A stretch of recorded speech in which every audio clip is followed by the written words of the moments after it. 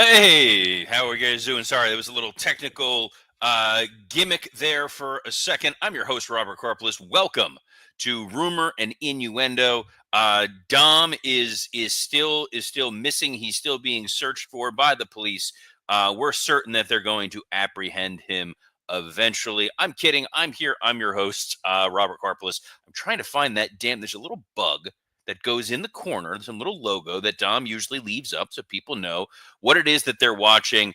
I don't know where it is, but here's the deal. We're going to say hi to the folks that are joining us here live on this episode, which, by the way, is the November 8th episode of Rumor and Innuendo. Dom has called it the November 7th episode of Rumor and Innuendo. But hey, what else is new? Even when Dom is not here, he's still botching like crazy. But we say hi to Jeff Henninger, who says, "How about it?" Little Pete Rose to start the show. And the Wrestling Old Head says, "Greetings, all my R and Iites." Greetings, everyone who is joining us live from all around the world. Most of the continents are usually represented here. I know there was something on ad-free shows where a dude was in Antarctica for a trip and was watching or was listening to an ad-free shows thing. So good for him there. All of our folks here, nowhere near penguins. And yes, I know penguins in Antarctica, are they really there or not? Let's not get into a geographical conversation on it, but happy to be here. We're going to be talking SmackDown. I'm supposed to have a fill-in co-host who not on time, and that's okay. He was pulled elsewhere, so he may or may not be joining us in just a little bit, as Dominic D'Angelo has assured me. But we're going to be talking all things SmackDown. We're going to be talking a couple other TKO news and notes. And I want to start with one of those right up at the top, which is around the idea where they're talking about how TKO has said they will not go into the world of sports gaming, that they are not going to have you be able to bet on the outcome of WWE matches in the United States. I know I've said before I believe there's some websites internationally where something like that is theoretically possible, but in the United States, in the immediacy, that is not something that is going to happen. In large part because you need to ensure for, I don't want to hurt anybody's feelings here, but for some of the determined matches that occur on air are on the level. So if the writers or the producers know the outcome, or the wrestlers know the outcome in advance, they can place certain prop bets pretty late into the proceedings. So to avoid something like that, what you would have to do is you would have to lock down the results of these shows well in advance, keep it very limited to who knows what the actual outcome and results are, and essentially treat it like insider trading. So working in a corporate environment like I am, I'm subjected to certain rules around the information that I know for contracts, deals, business matters, and the like. So I only have certain windows in which I can trade, certain situations in which I'm able to exercise my stock or my stock options. And WWE does not want to put themselves in that sort of position. Because if you put yourself in a position now where we are in November and they want to be able to take bets on, let's just say, Royal Rumble, they would have to lock in place today. It would have to be in a steel vault provided to a third party certifying, saying, okay, the winner of the Royal Rumble is going to be, let's say it's Drew McIntyre. It's going to be Drew McIntyre no matter what. So all of a sudden, Drew McIntyre gets hurt. Drew McIntyre becomes disruptive. Drew McIntyre gets suspended for a wellness policy violation. Drew McIntyre just becomes a jerk and they don't want to deal with him anymore. Or the guy that he was going to face winds up getting injured, hurt in some way, shape, or form. They put themselves in a position where, well, now we either have to invalidate all those bets and start from scratch, or we have to hope that we can change it and nobody goes to jail. So I understand completely the risks that TKO is taking versus the paltry rewards of going into sportsbook for WWE. It's sort of the reason why when they do those sorts of sportsbook things, when they do the DraftKings betting now, you're betting on innocuous things like how many drop kicks are going to be in a match, or how late Kevin Kellam is going to show up for a broadcast.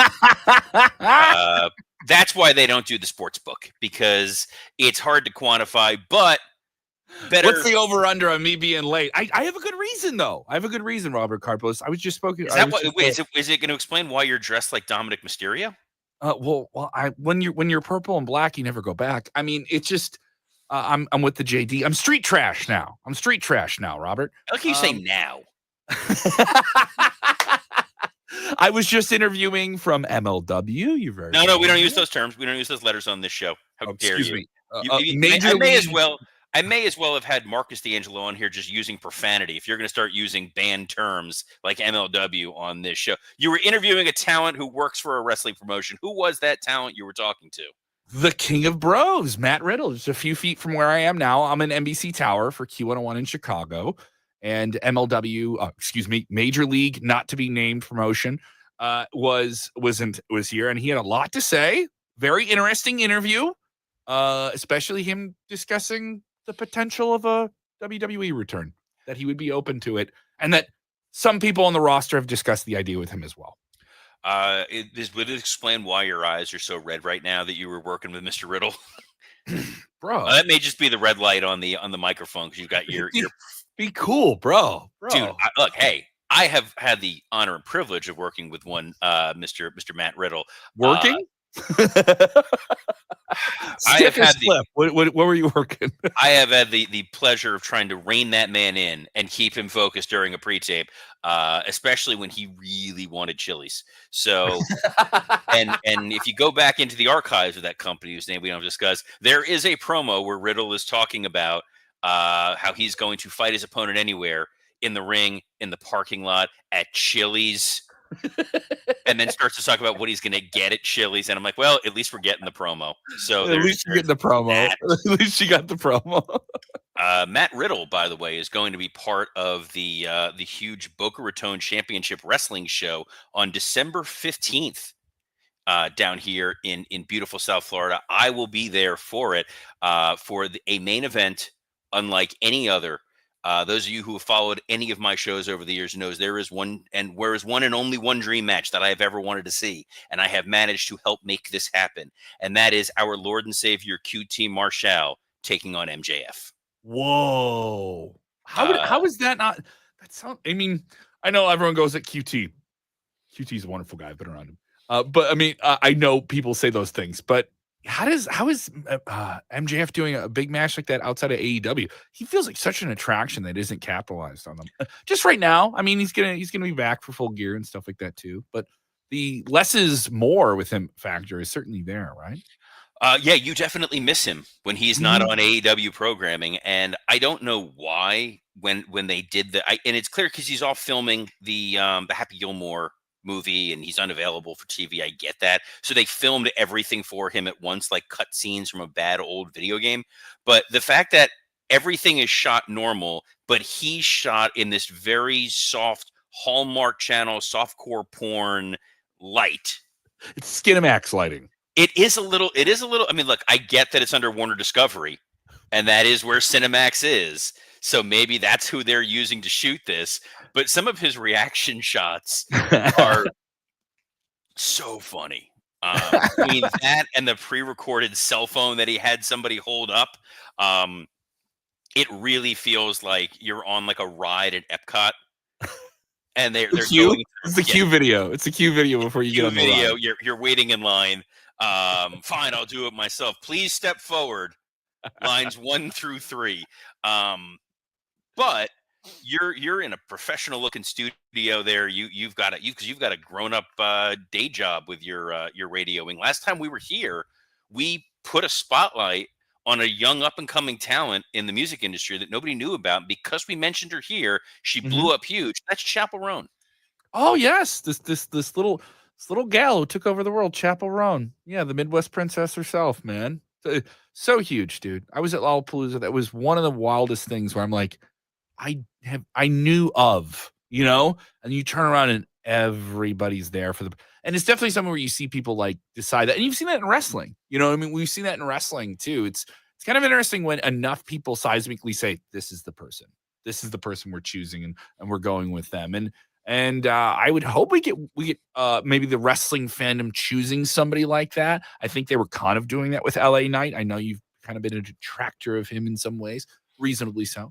But You know, I'm wondering, this is the time of year when we start to see wrestling fans who are diehard say, we're getting behind this horse going into WrestleMania season or going into the big playoff season of pro wrestling.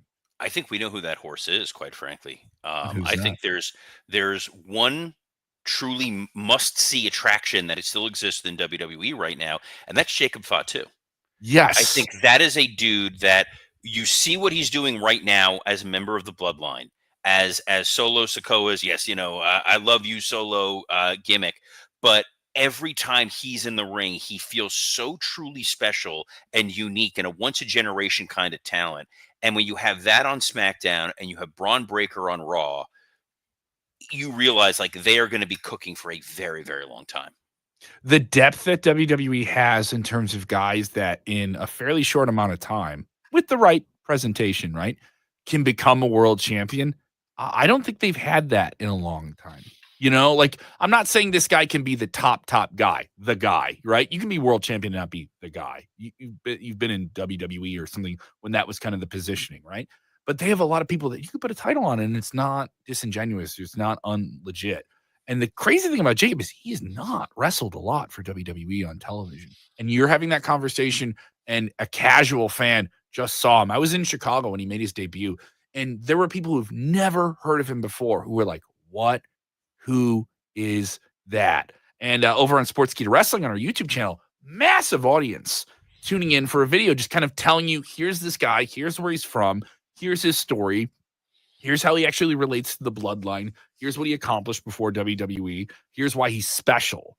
And now I have videos every week and scripts and like, what is he going to do next? And how is he going to do this? And and he's a guy you've not seen a ton of. But when you do, he's a supporting character in the background who just eats up the screen. Have you ever worked with somebody like that where they were positioned to be a supporting player, but for whatever reason, more people are talking about them?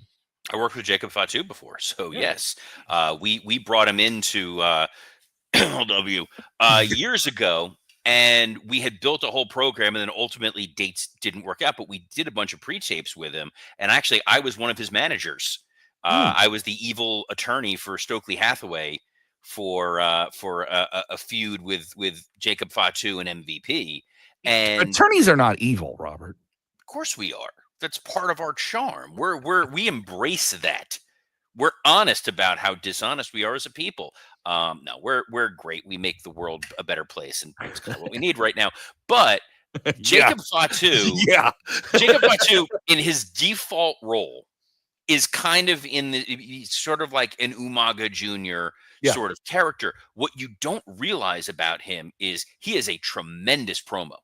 He is an eloquent speaker. He's got fire. He can deliver the kind of promo that you want to hear from a top tier main event guy. And the fact that WWE has not given that to you yet. I was talking about this with Alex Greenfield, former WWE writer who's currently in MLW. And he's like, the mainstream audience has no idea how good they are going to get the next stage of what Jacob Fatu can do.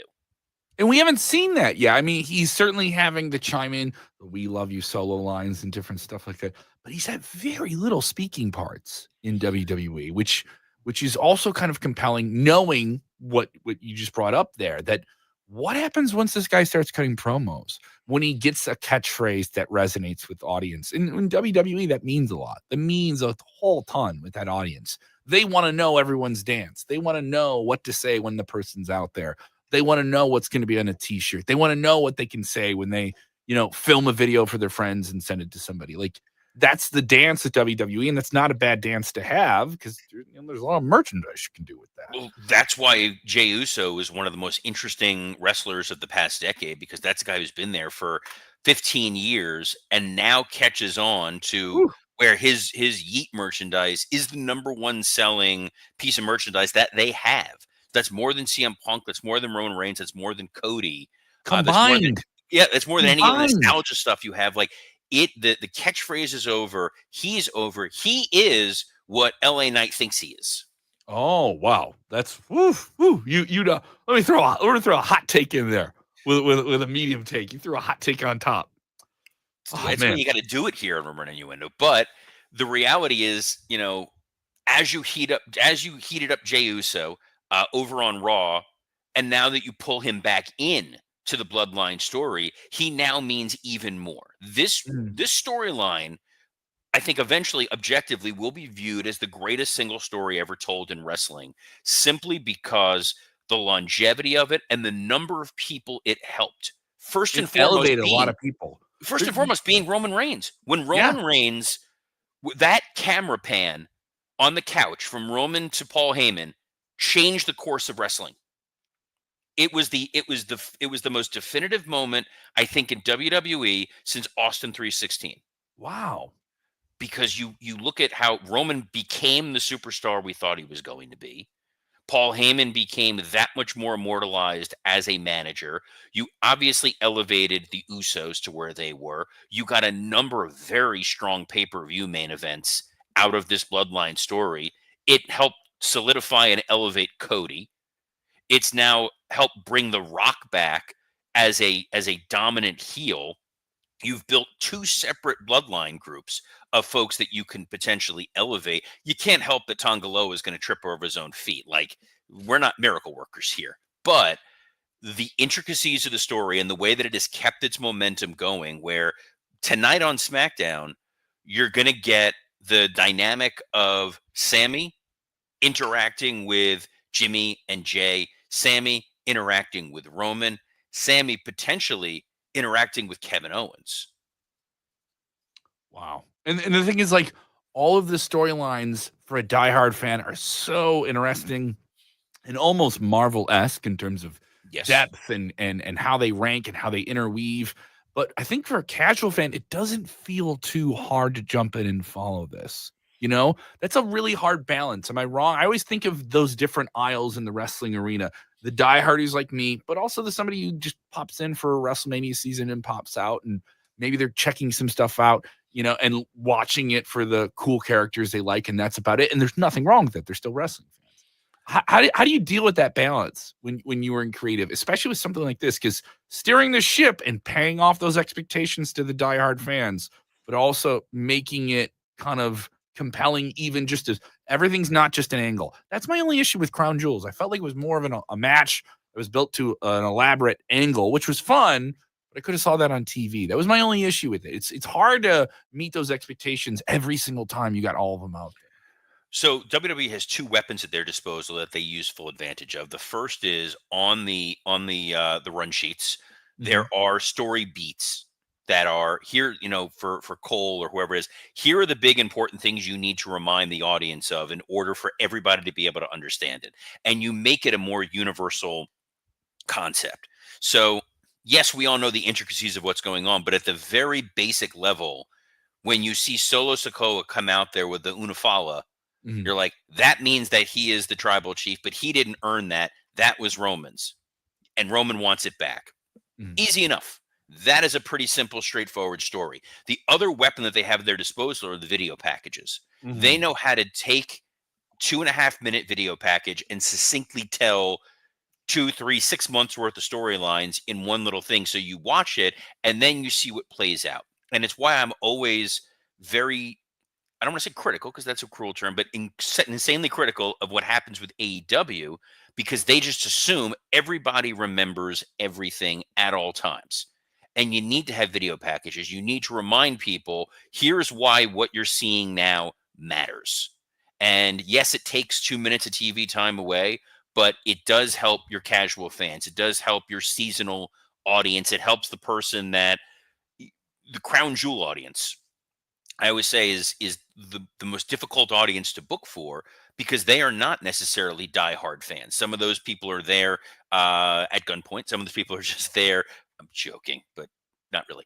Like some of the people are just there because there's this big spectacle and I want to go see what it is. Yeah. So the matches at Crown Jewel have to be kind of boiled down to the simplest form, which is, here's a big shiny belt. These people want it. Let's see what happens. The Bloodline match, if you truly are a hardcore fan, yes, there was a lot of storytelling. If you weren't, you just knew Roman good, Solo bad, let them fight. Yeah. And it achieved that. It's not, I'm not saying it was like the worst thing, but it was definitely like, I was expecting a bit more, you know? And I got what was needed. And I think War Games is the real next big, chapter turn in this thing and how that plays out. How do you think Paul Heyman enters into this thing? Does he come back as an on-screen character? Do you need him as an on-screen character? You do, because that's why I think that things have not fully gone the way they're supposed to for Roman. Mhm. If Roman was having tremendous success without his wise man, why do we Yeah. have a wise man?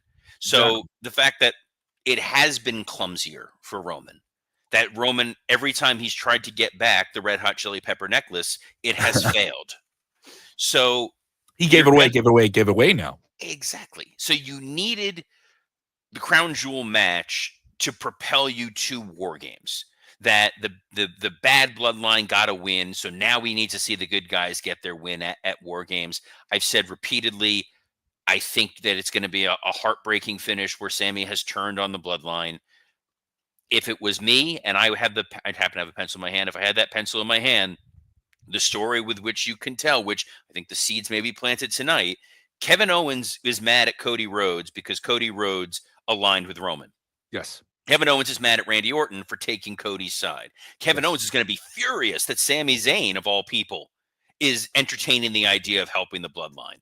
Mm-hmm. So when Sami does turn on the Usos and Roman, in theory, and you reunite Sami and Kevin, that's a great heel duo spawned off from the bloodline story that can go do their own thing and be a separate match at Mania.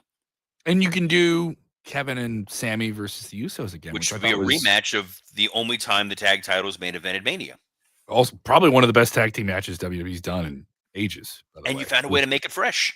Yeah, and it's the roles are almost reversed. So it's quite intriguing. WWE, this long-term storytelling thing, I tell you, it's What a novel concept. What a And I did get concept. nervous. I did get nervous when the TKO executive was talking about how we had lunch or breakfast with Vince McMahon this week. Yes, Mark Shapiro brought that up recently. Is it Mark Shapiro? Am I correctly? Is The Mark quote Shapiro? I read yesterday? Yes. Yep.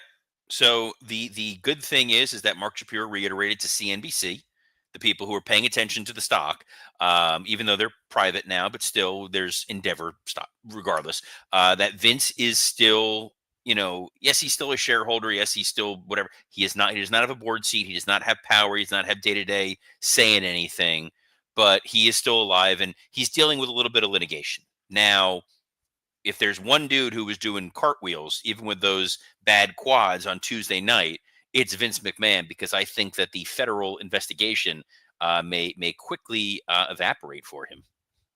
Really? You think it's that simple?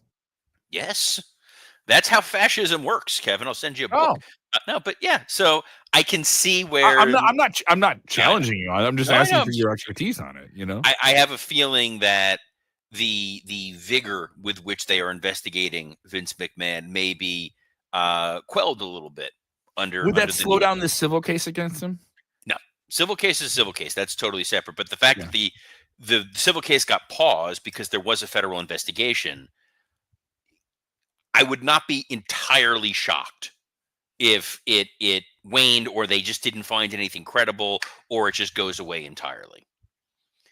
So maybe this is why we're hearing Vince's name this week. Maybe this is why we're hearing that Vince was looking at setting up that production company that was going to basically just be a Shark Tank casting couch situation where I've got this money, come grovel at my feet, and I will pay for your production ideas. What do you think he's going to produce? What TV show do you see him be involved with in the future? Mostly stuff that's going to be on PBS Masterpiece. I'm thinking, highbrow. Maybe a new Wolf Hall. Maybe a Downton Abbey. We don't know, but it'll be whatever it's going to be. It's going to be even more salty.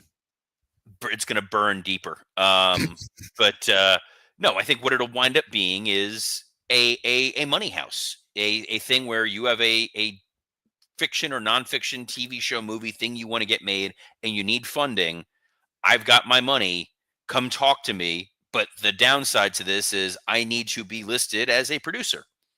And you would then need to be going in eyes wide open with someone who may be potentially problematic. But they said that it's not going to happen until after the litigation is over. So we shall see. And if that were to happen, that's when we can start pitching our buddy cop movie. Oh, dude, I totally want Karpeles and Kellam, dude. I absolutely want it. See, I give you top billing there. I was nice about that. It was Yes, good. I I could have went to my appreciate it. people and fought for billing myself. But I was like, no, Karpeles first. Because you know that it is it's wrestling logic. Like, I'm still gonna have to be here Monday, so you got to put me over, brother. Yes, exactly. But yeah, but you know what? We've got I'm here SmackDown. for the C markets and the B markets. I know I'm not playing New York and Chicago and Boston. I know what You're I'm doing. in Chicago. What are you talking about? You literally are the hometown draw for the Midwest, and you're just like burying yourself. I know. Can't We'll be draw at the in Rosemont Chicago. Horizon coming up. Yeah. Hey, it's a beautiful ceiling there.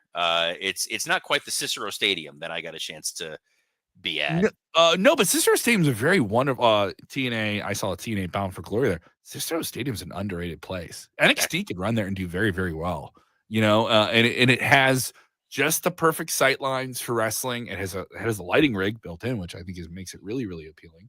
And talking to other people I know in production said they're like, more people should run here. You know what I mean? Like, more people need to run this place. And if they want to do that medium level thing, but still make it feel big, you can get like 2,500 people in there. Oh yeah, no, cool. we had the advantage of Raphael Morphy was helping us in MLW, and he was picking some really unique venues, and that was one of the ones where he's like, let's run here. And when you look at it online, you're like, it's like an old looking gym. Are you sure? And then you get there, and it's set up perfectly. It's a loud building. It echoes perfectly there, and it is a rabid fan base. Yeah, and it's easy to get to. It's right by public transit too, which really helps. So sure. Yes, Have you talked about Elimination Chamber yet? I've not talked about Elimination Chamber yet, but that is going to be in beautiful Toronto, Ontario, Canada. How good of a wrestling town is Toronto, Ontario, Canada? Never been, and I'm a feeling.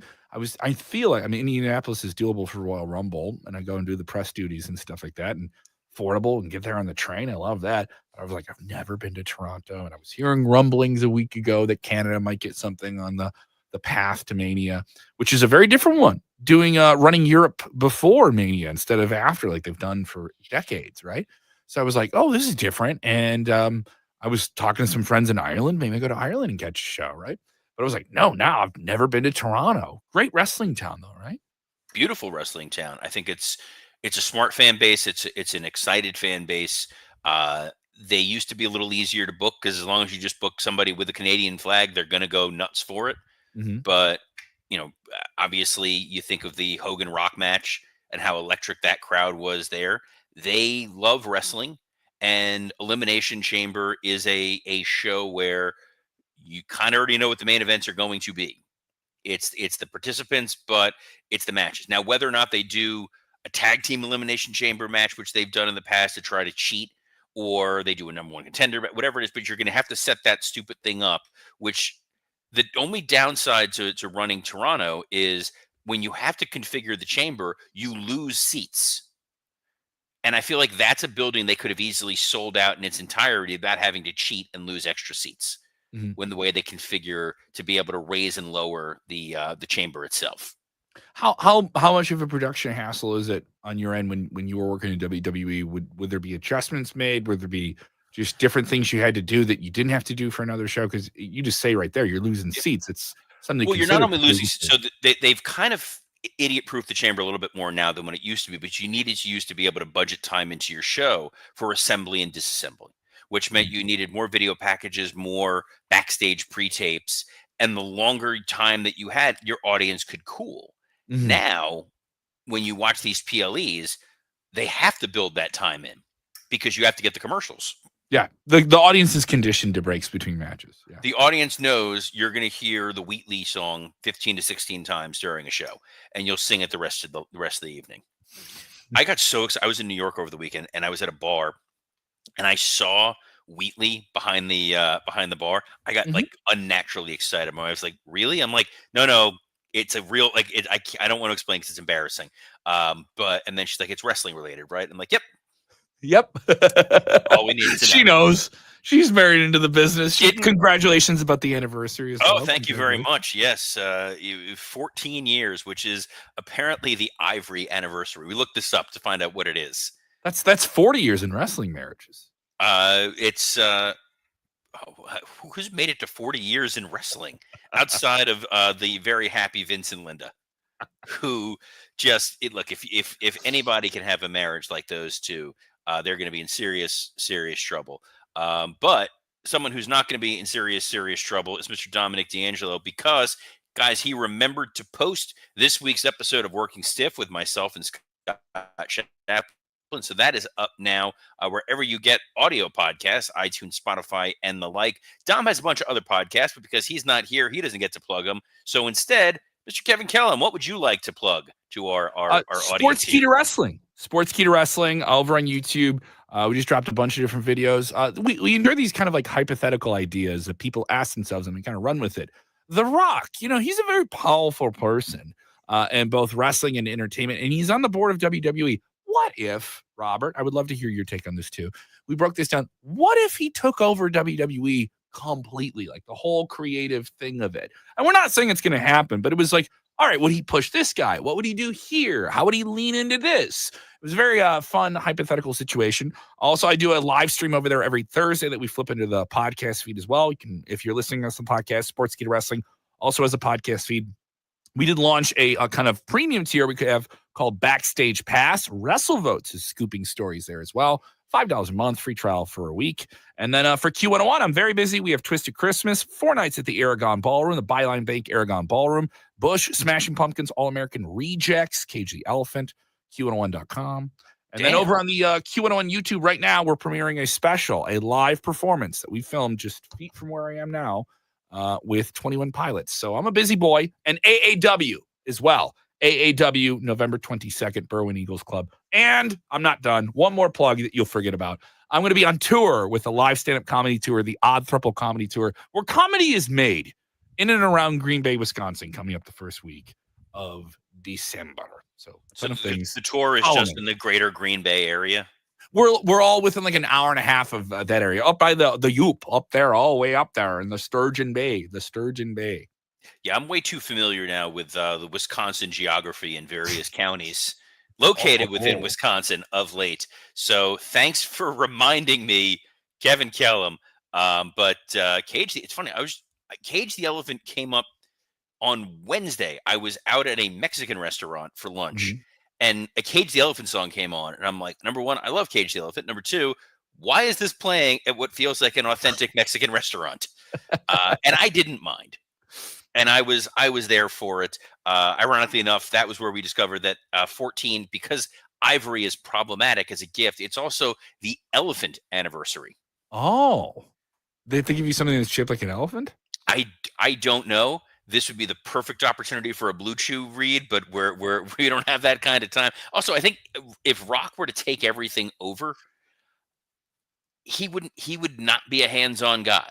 No, I kind of alluded to that in the script when I put it together. That is basically him deputizing Brian to be back in charge, Mr. Brian Gewirtz. I have his book over there. I would reach over and hold it up, but Brian sold enough copies. He's doing fine. I think he's got more than $7. He's all right. Yeah, I think the $7 production doesn't really need the rub, but much like we helped that chaperone girl out, we're gonna help the fine folks at $7. Hey, we gave her the bump. Bud. And then now she's headlining shows. You just got to help people get down the road, man. Make the business. But no, I think he'll just let Hunter be in charge, but under the thumb of The Rock, which I think would drive Paul nuts. And unless he's planning on marrying Ava, I don't know how Hunter's going to handle that. What do you think of Rock as a creative guy in terms of putting his? I mean, obviously he's involved in his own stories, and what he wants to do is what he wants to do, and I don't have an issue with that because he's The Rock, right? That's how he's authentically himself at that scale. But what would you think of him like producing other talent and other stuff like that? I don't know how strong he would be at or as passionate about pushing other people. I think when it's his story, when it's his character, he's very focused on it. And we look at what the original booking was for WrestleMania 40 and how totally off the mark he was for what he thought the audience wanted to see. We've seen over the years, the Rock's popularity is sort of a myth. When Rock was the A1 babyface in WWE, it was not for an incredibly long tenure. And there were people who were he was getting a little long in the tooth pretty early on. So he is someone that has consistently had to pivot, and I think overestimates just how beloved he is as a pure babyface. People love The Rock. I think they love the heel Rock persona, but sometimes it winds up overstaying its welcome a little bit. And I don't know that his creative instincts overall are as strong or as sharp as Triple H's are. So he would probably wind up leaning on Paul. He'd lean on Heyman, but I just don't know if he were to look at the roster and look at the board that he'd be making those sorts of decisions. He's incredibly talented, but at the same time, you look at some of the projects that he's attached himself to and the hit and miss ratio for him. He's incredibly charismatic. People love him, but he has embedded himself in a number of different franchises and movies that didn't truly pan out. True. But I think, he came back to WWE at the right time, despite all the scandals and stuff like that too. And I do think him coming back and Vince going, it does give WWE this kind of like back end bank of charisma outside of its own, but certainly is its own. The Rock is the biggest. He's easily the biggest transcendent star of wrestling to something else. And so I do think him consulting as WWE does this Netflix thing and where can our talent go and do something that's outside of the realm of what is just in a ring performing? I think he's the right person to have at that table, as he's easily the person who's made that transition the best.